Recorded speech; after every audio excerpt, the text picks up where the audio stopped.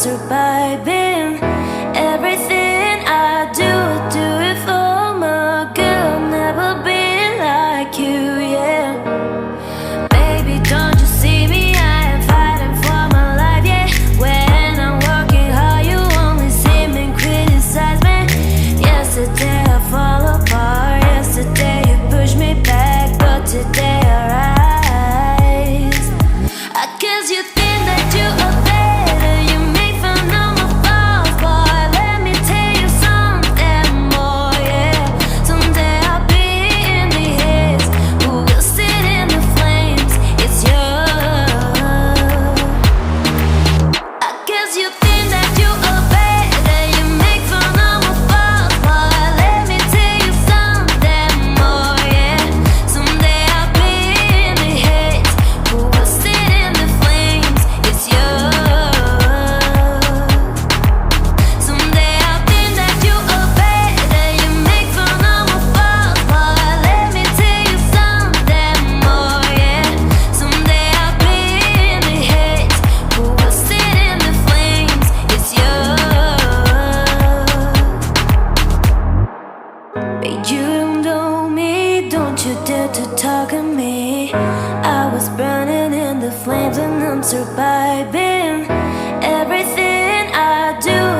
it for my girl. Never been like you, yeah. Baby, don't you see me? I am fighting for my life, yeah. When I'm working hard, you only see me criticize me. Yesterday I fall apart. Yesterday you push me back, but today I rise. I guess you think that you are better. You make fun of my flaws, boy. Let me tell you something more, yeah. Someday I'll be in the haze. Who will sit in the flames? It's you. I guess you think that you are better. You make fun of my flaws, boy. Let me tell you something more, yeah. Someday I'll be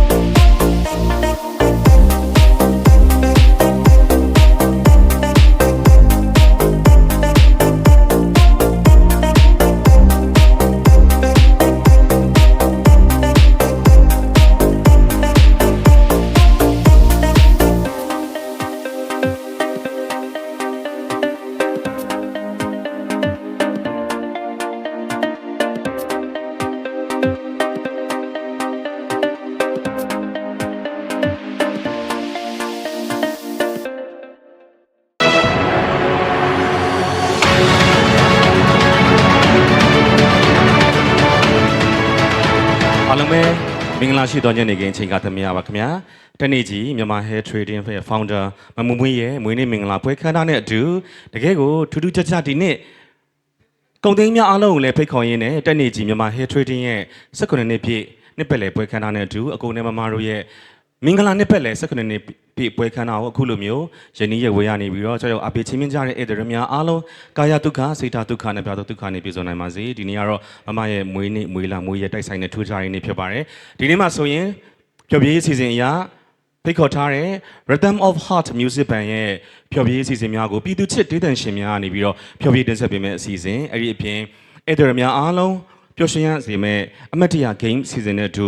ဝန်ထမ်းများကိုရွှေသားစုများချီးမြှင့်ပေးမယ့်အစီအစဉ်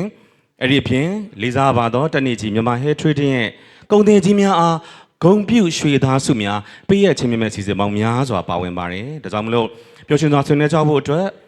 ဒီနေ့ကနေပြီးတော့ကြိုတင်စွာပန်ကြားရင်းနဲ့ဒီနေ့ခဏစီစဉ်မှာတော့ကျွန်တော်တို့ဧည့်သည်များကိုအခုကျွန်တော်တို့အစာပြေး snack များလည်းစတင်ပြီးတော့တက်ခင်းအခမ်းနေပါတယ်ဒီနေ့ညမှာတော့ကျွန်တော်တို့အဖျော်ကများကိုလည်းတက်ခင်းအခမ်းနေရဖြစ်ပြီးတော့ဘီယာကတော့ယနေ့ညပွဲခမ်းနားရေးစီစဉ်မှာမပါဝင်တဲ့အကြောင်းကိုလည်းလေးစားစွာပန်ကြားပါရစေခင်ဗျာ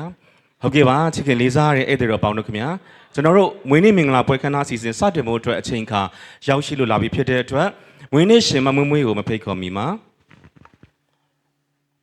တနေ့ကြီးမှာ Hair Trading ရဲ့ Founder တူဖြစ်တဲ့အကိုပိုထိန်နဲ့အတူသမီးလေးတမူးထိုက်တားလေးဖုံးမင်းမြတ်တို့ကိုစင်မြင့်ထက်တို့ဖိတ်မှန်တကာပြုလိုက်ပါစေခင်ဗျာ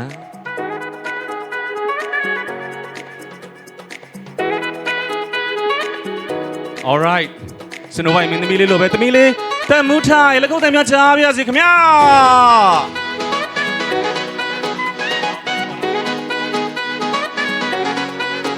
တားလေးဖုံးမြင့်မြတ်ရင်းနှီးခုံနေပါတယ်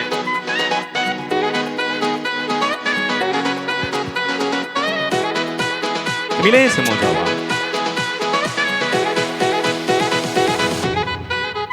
ကျွန်တော်တို့ချစ်ခင်လေးစားတဲ့တနေ့ကြီးမှာ Hair Trading ရဲ့ Founder ပိုသေးဖြစ်ပါတယ်ခင်ဗျာ One more time ladies and gentlemen ရှေ့တာကြဒါကြောင့်မလို့ကျွန်တော်တို့ဘက်ကင်ရှင်ကိုပိုသေးနဲ့အတူချစ်စရာသမီးလေးစနိုးဝိုင်လေးလားတသားလည်းမင်းသားလေးတိုင်းပဲကျွန်တော်တို့အားလုံးရင်ခုန်နေတဲ့ချိန်မှာဒီနေ့ညပွဲအခမ်းအနားရဲ့ဘယင်မဖြစ်တဲ့တနေ့ကြီးမြန်မာ Hair Trading ရဲ့ Founder မမမွေးကိုဖိတ်ခေါ်ရမယ့်အစီအစဉ်ပဲဖြစ်ပါတယ်ကျွန်တော်တို့ Rhythm of Heart Music Band ရဲ့တီးခတ်မှုနဲ့အတူပြည်သူချစ်ဒေသရှင် Chris နဲ့ကြပြားတို့ကနေပြီးတော့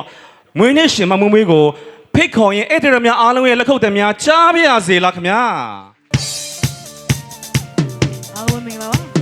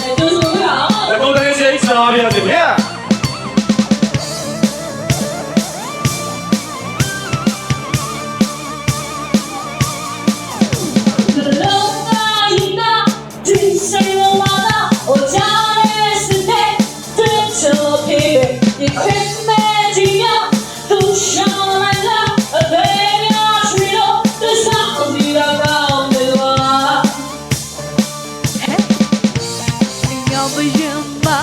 သိမ်းများတက်ခွဲအောင်မေဘူရီတာသိမ်းများတက်ခွဲပညာညောင်ပရင်မှာသိမ်းများတက်ခွဲအောင်မေဘူရီတာ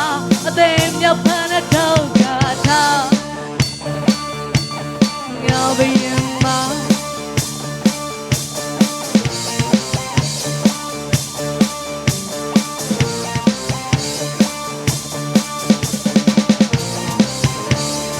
ဝါဝါဝါဝါဝါဝါဝါ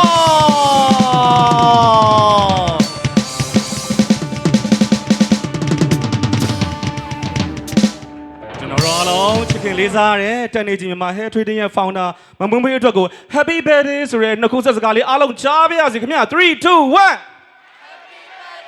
1မမွေး Happy Birthday ပါအရင်လဲလှနေပါတယ်အင်မတန်မှပျော်ရွှင်မွေရကောင်းတဲ့ပွဲခန်းသားတော့ကျွန်တော်ကြီးညာခဲ့တဲ့အတိုင်းပါပဲမမရဲ့တကယ်ကိုထူးခြားတဲ့မွေးနေ့မွေးလမွေးရက်တိုက်ဆိုင်တဲ့မွေးနေ့ရက်မြတ်တစ်ခုဖြစ်တယ်လို့ပဲအကူနဲ့မမတို့ရဲ့နှစ်ပတ်လည် anniversary happy anniversary 19နှစ်ပြည့်နဲ့လည်းတွားပြီးတော့တိုက်ဆိုင်နေပါတယ်လုပ်ငန်းရဲ့19နှစ်ပြည့်နှစ်ပတ်လည်နဲ့လည်းတိုက်ဆိုင်နေတဲ့ထူးခြားတဲ့ပွဲခန်းသားတစ်ခုဖြစ်ပါတယ်အခုလိုမျိုးပွဲခန်းသားဖြစ်မြောက်စေဖို့အတွက်မြန်မာနိုင်ငံအနေနဲ့ရရက်ကနေပြီးတော့ကြွရောက်အားပေးချီးမြှင့်ကြတဲ့တယောက်ချင်းစီတူချင်းစီနဲ့တူရှေ့ရှေ့တကြ Mr. Long and team ကျေးဇူးအများကြီးပဲတင်ပါတယ်အဲ့ဒါများ Mr. Long နဲ့ဖွဲ့သားများတဲ့လက်ခုပ်တန်းလေးကြားပြစေ one more time ရှေ့ရှေ့အကိုကြီးကိုဘိုထေးမတရားစကားလေးမမကိုချစ်မြင်ပြပါအောင်ကို face to face နော်တမီတစ်ဖက်ကိုလာလိုက်လားတမီတစ်ဖက်ကိုလာချက်လေ ဟယ်လို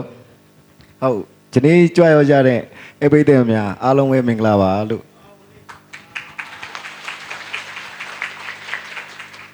ဒီနေ့မွေးနေ့မှာကြာရောက်တဲ့ကျွန်တော်မျိုးသမီးရဲ့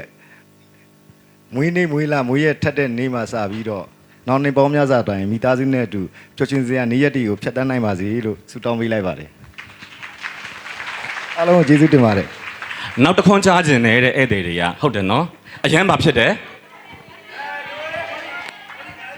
နောက်တစ်ခွန်းကြားခြင်းနဲ့အရန်ပါဖြစ်တယ်အခုအဲ့တစ်ခွန်းလေးပြောပြပါအောင်နဲ့ပြည်သက်တွေက3 2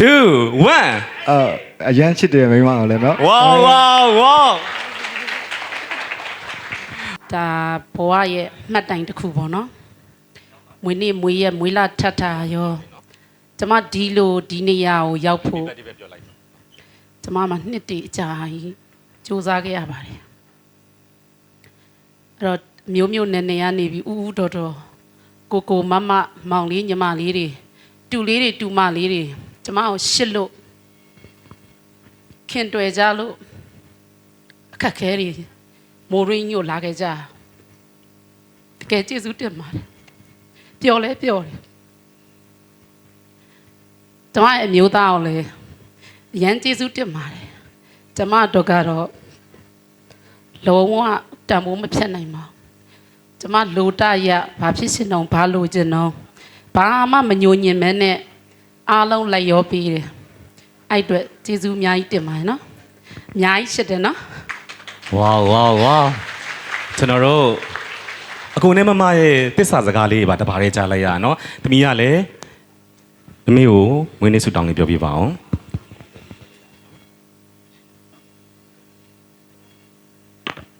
လက်ကိုတန်းနေကြပါစေ thank you Happy birthday, my mother. Thank you for always being by my side and giving me so much love and care. I'm really lucky to have you as my mother. I wish you good health, happiness, and a long life full of joy. Love you so much, ma. thank you let us know why ကျေးဇူးအများကြီးပဲတင်ပါတယ်သမီးလေးတတနဲ့မမနဲ့ကိုစားမမတော့ပြောပြီးသွားပြီနော်မိသားစုတစ်ပုံနဲ့တစ်ပုံအတူတူရိုက်ကူးခွင့်ပြုပါခင်ဗျာကျွန်တော်တို့ဒီနေ့ဂုံပြုတ်ထိုက်တော်သူများကိုဂုံပြုတ်မဲ့အစီအစဉ်ကတော့ဖြစ်ချင်တော့ခန်းသားအစီအစဉ်ရဲ့နောက်ဆုံးအပိုင်းဖြစ်နေတယ်ရွှေသားစုတွေရမှာပါတိုးတော်လည်းပဲဂါရပြုတ်မဲ့အစီအစဉ်ကတော့အရင်ဆုံးလာထားပါတယ်ဂါရပြုတ်မဲ့နေရာမှာကျွန်တော်တို့ချစ်ခင်လေးစားတဲ့ဟုတ်ကဲ့ပါဦးကြည်လင်းနဲ့ဦးကြည်ရွှင်တို့အတွက်ကိုဂါရပြုတ်ကြော်ပန်းဆင်မြင်မှုအတွက်ဂါရပြုတ် လက်ဆောင်ပစ္စည်းနှစ်ခုစင်မြတ်ထက်သို့ယူဆောင်လာလို့ရပါပြီခင်ဗျာညီမလေးဘဝယူဆောင်လာပေးပါအောင်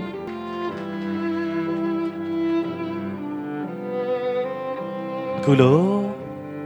ကျေးဇူးရှင်များတစ်ဖြစ်လဲဂါရဝပြုထိုက်သူများကိုဂါရဝပြုရခြင်းအကျိုးကျေးဇူးကြောင့်တနေ့ကြီးမြန်မာ Hair Trading Company Limited နဲ့အတူဖောင်နှံများဖြစ်တဲ့အကူနဲ့မမတို့စီးပွားရေးများဒီအလားတူပါနိုင်ပါစေကြောင်းအထူးဧည့်သည်တော်ကြီးနှစ်ဦးဖြစ်တဲ့ဦးကြည်လင်းနဲ့ဦးကြည်ရှင်တို့ရဲ့ကိုစားပြန်လည်ပြီးတော့ဆုတောင်းစကားဆိုအပ်ပါတယ်ခင်ဗျာ။ပြီးလုပ်ငန်းဆောင်တာများဆက်လက်ပြီးတော့အဆင်ပြေတိုးပွားနိုင်ပါစေကြောင်းဆုမွန်ကောင်းတောင်းအပ်ပါတယ်ခင်ဗျာ။မင်္ဂလာရှိသောအချိန်ကာလသမယဖြစ်ပါတယ်။ယခုလိုကျေးဇူးတင်ထိုက်သောပုဂ္ဂိုလ်များကျေးဇူးရှိသောပုဂ္ဂိုလ်များအားဂါရဝပြုကြတော်ပန်စင်မြန်းရင်းနဲ့တက်နေကြီးမြန်မာ Hair Trading Limited ကြီးနောင်နှစ်ပေါင်းများစွာတိုင်ဆက်လက်ပြီးတော့အောင်မြင်မှုအတွန်းရှည်ပါစေကြောင်းထက်လောင်းလို့မင်္ဂလာဆုတောင်းစကားဆိုလိုက်ပါရစေခင်ဗျာစီးပွားရေးနဲ့စတိုးဖို့ဝင်းနေကိကလည်းကျွန်တော်နှစ်ခုပါဟုတ်ကဲ့ပါကျွန်တော်တို့အားလုံးကချစ်ကြတယ်တက်နေကြီးမြန်မာ Hair Trading ရဲ့ founder မမမွေးရဲ့ဒီနေ့မွေးနေ့မွေးလမွေးရဲ့တိုက်ဆိုင်တဲ့ထူးခြားမွေးမြတ်သောမွေးနေ့ပွဲခမ်းနားကို birthday song လေးတီးဆိုရင်းနဲ့စတင်လိုက်ကြပါစို့လားခင်ဗျာ Happy birthday Happy birthday Happy birthday to you Happy birthday Happy birthday Happy birthday to you Happy birthday to you Happy birthday to you Happy birthday Happy birthday Happy birthday to you Happy birthday to you Happy birthday to you Happy birthday Happy birthday Happy birthday to you Happy birthday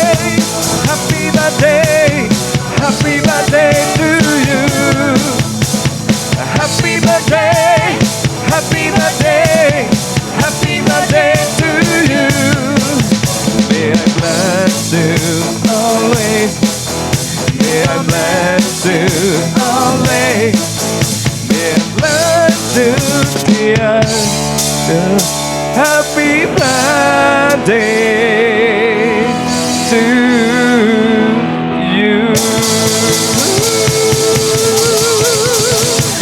Mama Mwe, happy birthday ပါခင်ဗျာ Happy One more birthday time ladies and gentlemen မမွေဒီနေ့မင်္ဂလာရှိသောမွေးနေ့ရမြတ်စတင်ပြီးတော့ကိုကြီးချမ်းသာခြင်းစိတ်ချမ်းသာခြင်းတွေအတူလူတရတဲ့ဘဝကိုပိုင်ဆိုင်နိုင်မှာကြောင့်ဆုမွန်ကောင်းထောင်းရင်းနဲ့အဲ့တို့များအားလုံးရဲ့မွေးနေ့ဩဘာလခုတည်းများထပ်မံပြီးတော့ကြားပါရစေလားခင်ဗျာ Happy birthday မမွေထာဝရပျော်ရွှင်ပါစေခင်ဗျာ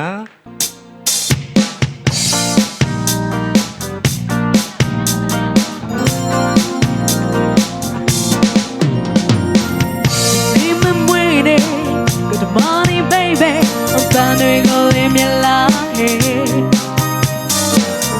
So you tell me to go walking low top. I see in a body, hey.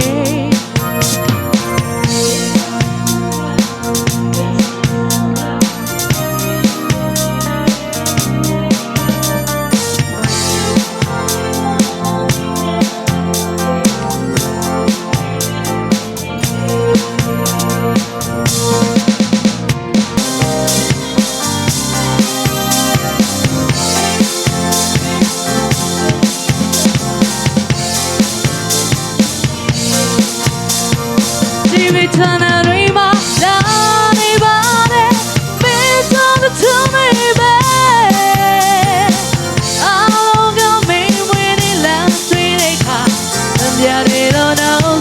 me. Happy birthday, happy birthday, happy birthday.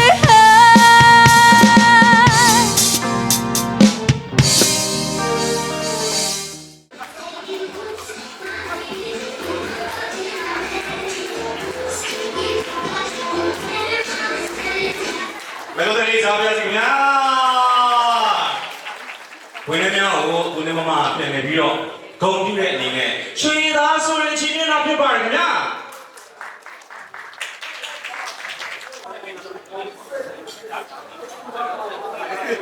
တို့စီလုံးနဲ့ပြန်ဖွင့်မယ်3 2 1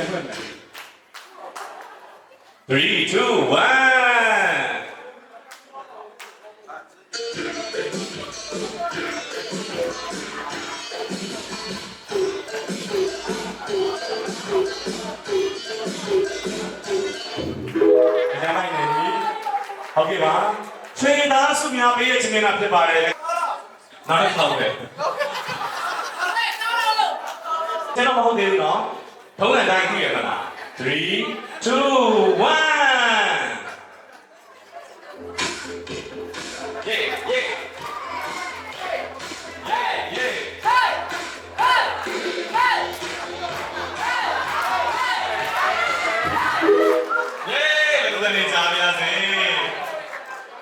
我老爷吃家呢，为了你多弄啊，后来他吃家嘞，之前搞的你妈的吧？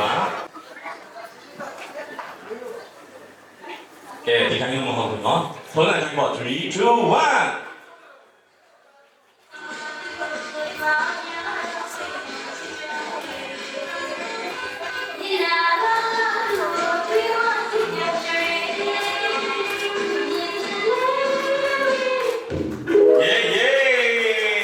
ကြာမြတ်စေဒီမှာလေးဒုံကြီးပါတယ်ခင်ဗျာ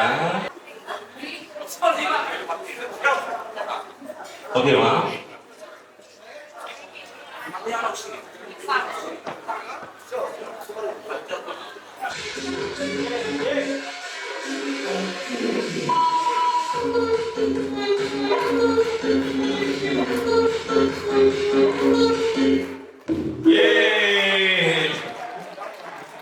ရမ်းမိုင်းနေပြီဒီမှာလေးဒီတိုင်းတော့ဘူးနော်အကအလားလေးပါမယ်3 2 1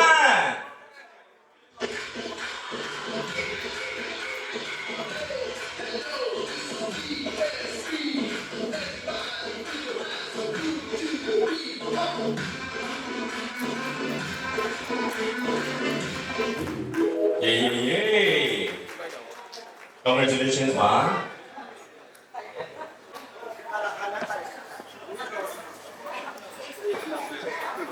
ကဲဒီမှာလေးဆိုဆိုလေဒီတိုင်းတော့မဟုတ်ဘူးနော်3 2 1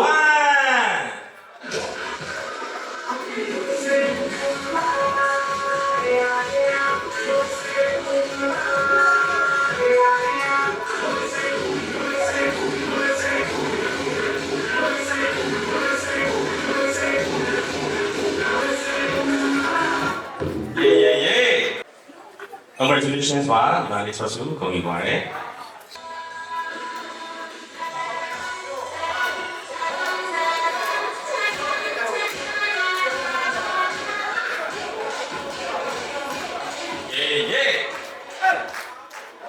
Don't you worry, man. Now, yeah, my internal senator to go to the pick on the music, man. Okay, 3, 2, 1.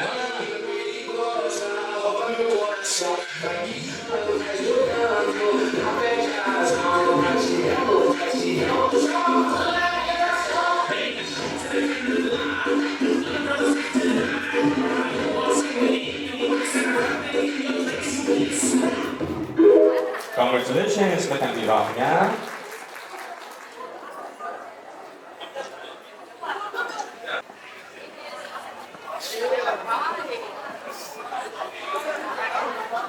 Three, 2, 1.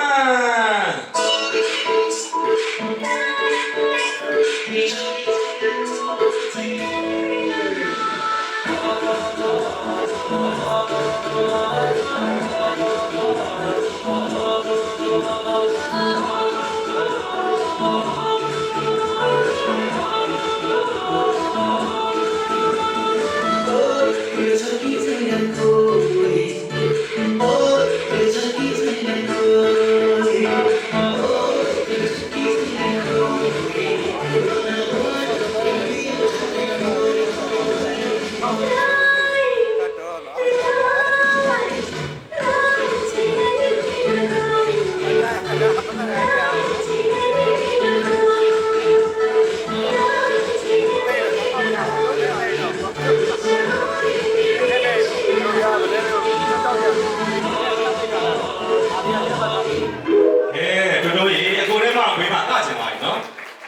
ပါတယ်ခင်ဗျာ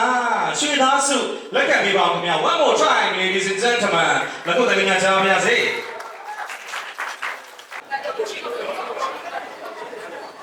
ဒီလေးကိုစတဲ့တွင်ဂုဏ်ယူပါရခင်ဗျာစတိုင်းတော့မရသေးဘူးเนาะအရင်ဆုံးအကလာနဲ့စုလေးကိုလက်ခံပေးပါဦး3 2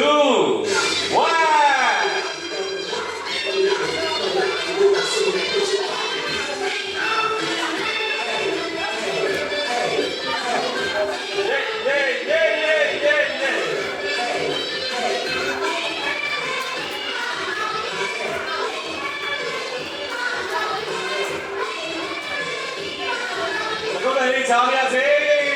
လက်ခံပေးပါဦးခင်ဗျာဘယ်လိုလဲချားပါစေ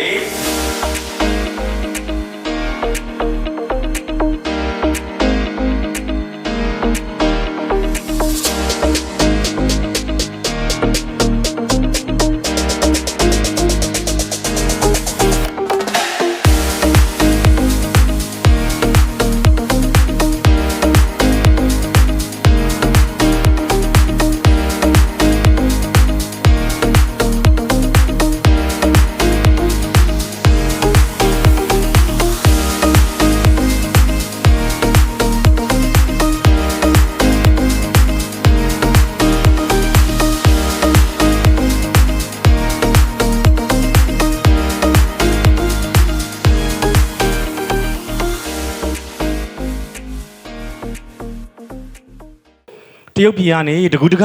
ကြောက်ရောက်အပေးချင်းမြင့်နဲ့ Mr. Long An ကိုစင်မြင့်ထက်တို့လေးစားစွာဖိတ်ခေါ်ပါရစေခင်ဗျာ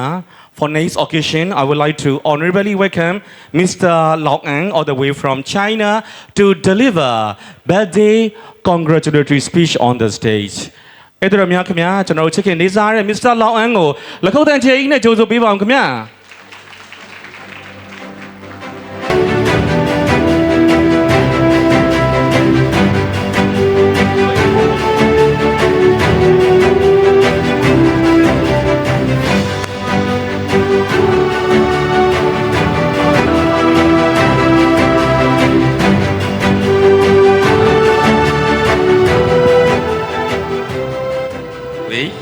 Translator, please. 这个很高兴今天参加老板娘的生日宴会，这次特别开心能赶上和你一起庆祝生日，祝你生辰大吉。和你们合作这么长时间，我打心底觉得你是一位踏实善良、重信用的生意人，待人真诚大方。特别感谢你一直以来的关照，在这个专属你的好日子里，愿岁月善待你。身体健康，无病痛，每天都有好心情，日子过得富足舒心，生意上销路广阔，财运日日增长。老板，谢谢，谢谢老板。ဟုတ်ကဲ့ပါ老板谢谢大家ဟုတ်ကဲ့ translator အောက်ကနေပြီးတော့စကားပြန်လေးရဲ့ကျွန်တော်တို့ခိတ္တခဏကျွန်တော် summary လေးစကားပြန်လုပ်ပေးပါလားခင်ဗျာတရားလောက်က microphone လေးပေးပါမယ်ခင်ဗျာလက်ကလေးပြပေးပါအောင်နော်ဟုတ်ကဲ့ဆရာ